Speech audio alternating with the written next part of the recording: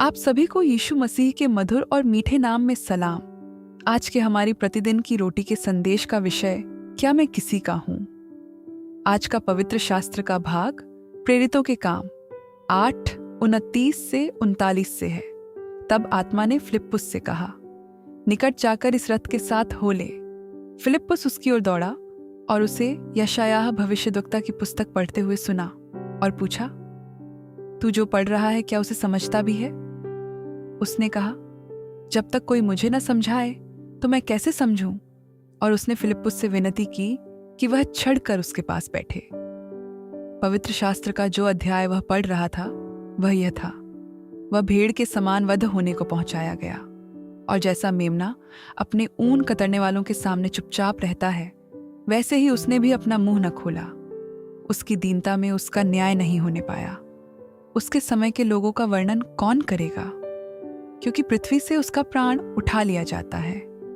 इस पर खोजे ने फिलिप्पुस से पूछा, मैं तुझसे विनती करता हूं, ये बता कि भविष्यद्वक्ता यह किसके विषय में कहता है, अपने या किसी दूसरे के विषय में? तब फिलिप्पुस ने अपना मुंह खोला और इसी शास्त्र से आरंभ करके उसे यीशु का सुसमाचार सुनाया। मार्ग में चलते चलते वे किसी जल की जगह पहुंचे। तब खोजे ने कहा, देख, यहां जल है, अब मुझे बपतिस्मा लेने में क्या रोक है? फिलिप्पुस ने कहा, यदि तू सारे मन से विश्वास करता है तो ले सकता है। उसने उत्तर दिया, मैं विश्वास करता हूं कि यीशु मसीह परमेश्वर का पुत्र है। तब उसने रथ खड़ा करने की आज्ञा दी और फिलिप्पुस और खोजा दोनों जल में उतर पड़े, और उसने खोजा को बपतिस्मा दिया। जब वे जल में से निकलकर ऊपर आए तो प्रभु का आत्मा फिलिप्पुस को उठा ले गया, और खोजे ने उसे फिर न देखा, और वह आनंद करता हुआ अपने मार्ग पर चला गया। आज का मुख्य वचन है, अब मुझे बपतिस्मा लेने में क्या रोक है? प्रेरितों के काम 8:36।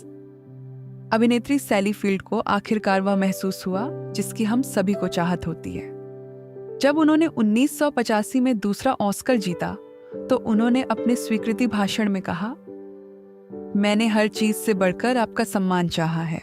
पहली बार मुझे यह महसूस नहीं हुआ, लेकिन इस बार मुझे यह महसूस हो रहा है, और मैं इस तथ्य से इनकार नहीं कर सकती कि आप मुझे पसंद करते हैं। आप मुझे इस पल में पसंद करते हैं।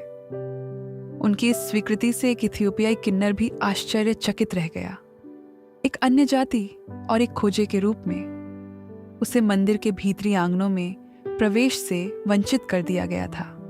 इफिसियों तो 11 से 12, फिर भी वह शामिल होने के लिए उत्सुक था। फिलिप्पुस ने उसे यरूशलेम की एक और असंतोषजनक तीर्थयात्रा से लौटते हुए पाया। इथियोपियाई व्यक्ति यशायाह को पढ़ रहा था, जिसमें वादा किया गया था कि जो खोजे मेरी वाचा को पालते हैं, उनके विषय यहोवा यूं कहता है कि मैं अपने भवन और अपनी शहर पनाह के भीतर उनको ऐसा नाम दूंगा जो पुत्र पुत्रियों से कहीं उत्तम होगा। मैं उनका नाम सदा बनाए रखूंगा और वह कभी न मिटाया जाएगा। ये कैसे हो सकता है? तब फिलिप्पुस ने उसे यीशु का सुसमाचार सुनाया, और तब खोजे ने कहा, देख, यहां जल है, अब मुझे बपतिस्मा लेने में क्या रोक है? वह पूछ रहा था, क्या मुझे सचमुच अंदर आने की इजाजत है? क्या मैं किसी का हूं?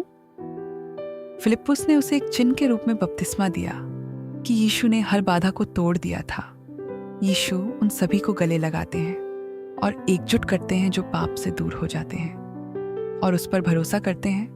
वह आनंद करता हुआ अपने मार्ग चला गया। वह अंततः पूरी तरह परमेश्वर के परिवार का हो गया। आज दिन भर अपने कार्यों के बीच इन प्रश्नों पर मनन करते रहे। यीशु के सभी विश्वासी उसके परिवार के क्यों हैं? बपतिस्मा इन तथ्यों को आपके हृदय पर कैसे प्रभावित कर सकता है? आइए प्रार्थना करें। प्रिय यीशु, मैं परमेश्वर और उसके परिवार का हूं, क्योंकि मैं आपका हूं। आज का ये दैनिक मनन सुनने के लिए आपका धन्यवाद। हमारे चैनल को सब्सक्राइब करें ताकि आप हर दिन बाइबल के साथ इस आत्मिक यात्रा में जुड़े रह सकें।